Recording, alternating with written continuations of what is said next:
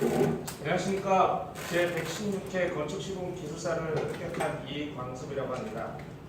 취득 점수는 746점이고 평균 62점입니다. 다행스럽게도 용어가 215점이 나오는 바람에 논술 점수가 좀 부족해도 합격을 할 수 있었던 것 같습니다.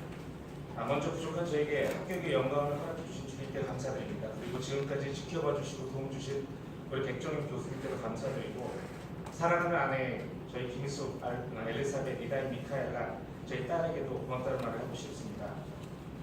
수많은 불합격의 좌절수에서 합격 하나만을 바라보며 몇 년간 달려간 저는 막상 합격을 하고 나니 모든 것이 꿈만 같습니다. 그리고 실감이 나지 않습니다. 부족한 제가 이렇게 여러분 앞에서 발표할 수 있는 것은 정말 운이 좋았기 때문이라 생각합니다. 여러분께서 저보다 더 스마트하시고 경험도 풍부하셔서 빨리 합격하실 것이라 생각합니다. 부족하지만 제 발표가 앞으로 여러분들이 기술사 자격을 취득하는 데 조금이라도 도움이 되길 바랍니다. 기술사 합격을 위한 저의 생각을 간단히 말씀드리면, 첫째, 공부 기간을 한 1년 정도 여유를 가지고 시작했으면 좋겠습니다.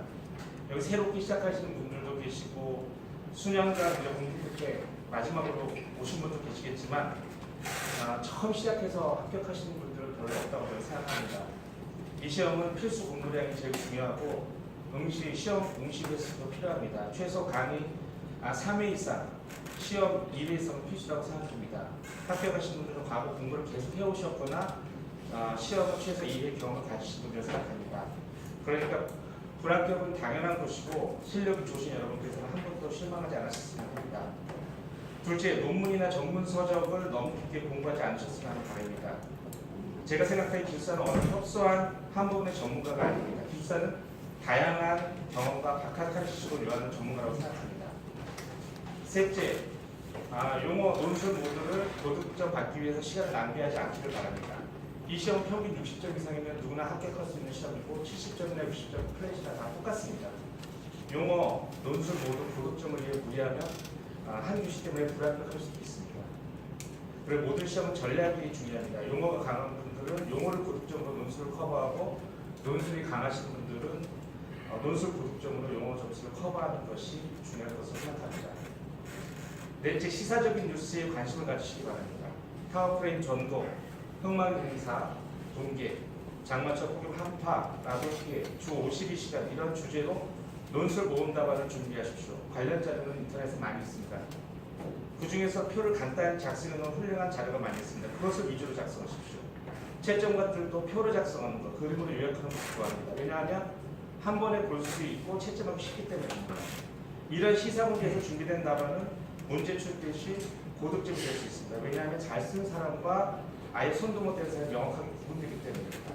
다섯 번째, 기술사 시험의 특징을 이해하고 채점관의 입장에서 답안을 작성하시기 바랍니다. 기술사 시험은 현장 소장, 즉 현장 대리인의 자격을 평가하는 시험입니다. 우리가 공부하는 공품 원안이 매우 중요합니다. 모든 논술 답안을 공정, 품질, 원가 안전에서 접근해야 합니다.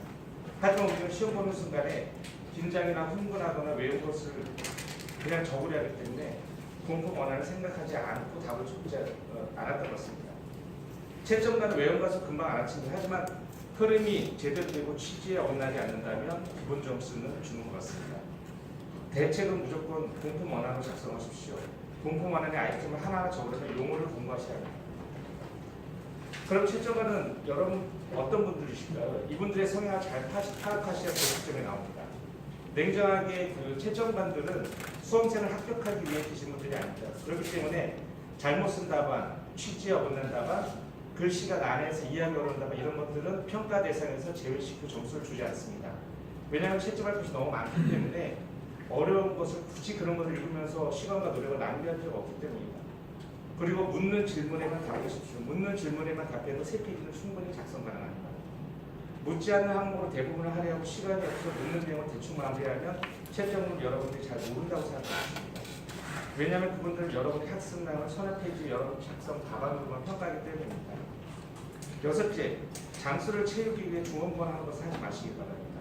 채점관들이 하도 많이 채점하다 보니까 그런 것들을 금방 알아챕니다.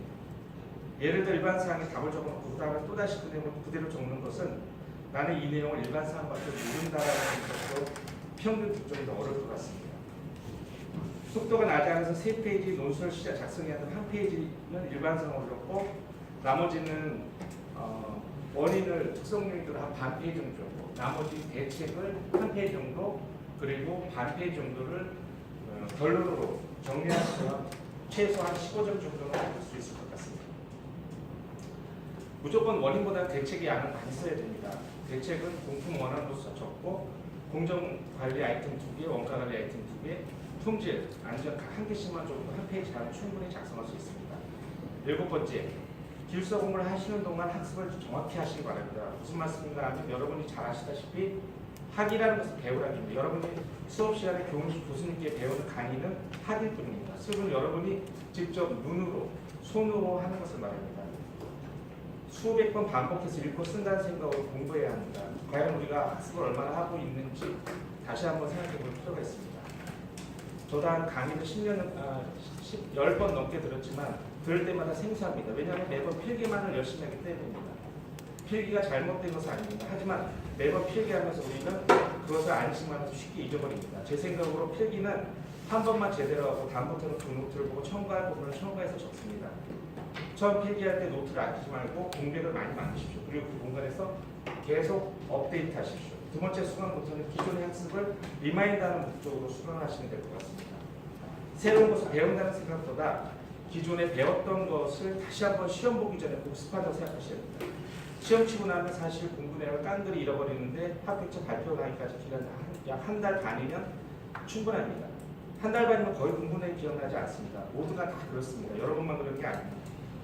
그러므로 시험을 보기 위해 수업을 복습하고 시험 본다고 생각하시면 됩니다. 다시 말씀드리면 합격할 때까지 가능하면 학원에 나오시기 바랍니다. 저도 한 4년 정도 시간을 좀 낭비한 경험이 있는데 혼자 공부해서 합격하기 굉장히 어려우십니다. 그리고 최종 모의고사를 꼭 보십시오. 그 점수가 내 실력도 합격을 미리 알 수 있습니다. 최종 모의고사에서 경험은 한 번의 불합격을 줄여줍니다. 학습은 용어를 우선으로 공부하십시오. 용어를 누가 반복하십시오. 용어책 2권 1350개 플러스 새로운 문제 100개 1450개를 무한 반복하는 것이 중요합니다.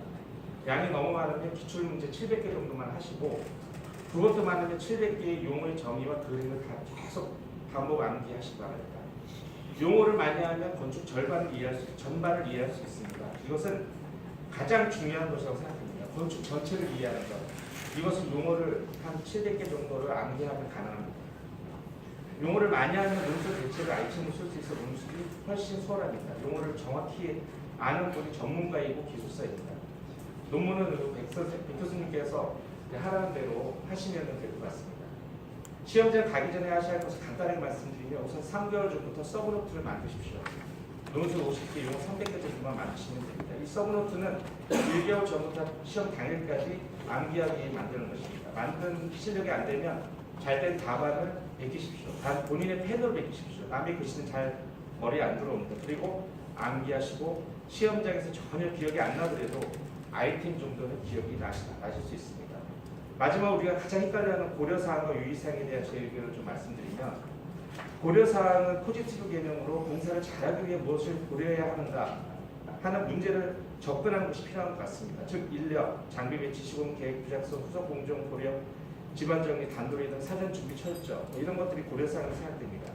유의사항은 네거티브 개념으로 유의하지 않으면 공정, 원가, 품질, 안전에 크게 위협이 되는 항목을 말하는 것 같습니다.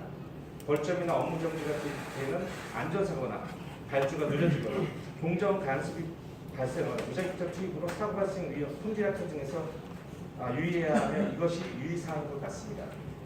고려사항, 유의사항 모든 모두 공포만의 공통적인 관리 포인트가 중요한 것 같습니다. 지금까지 부족한 제 후기를 들어주셔서 감사합니다. 여러분의 노력에 반드시 합격의 영광이 함께하기를 기원합니다. 감사합니다.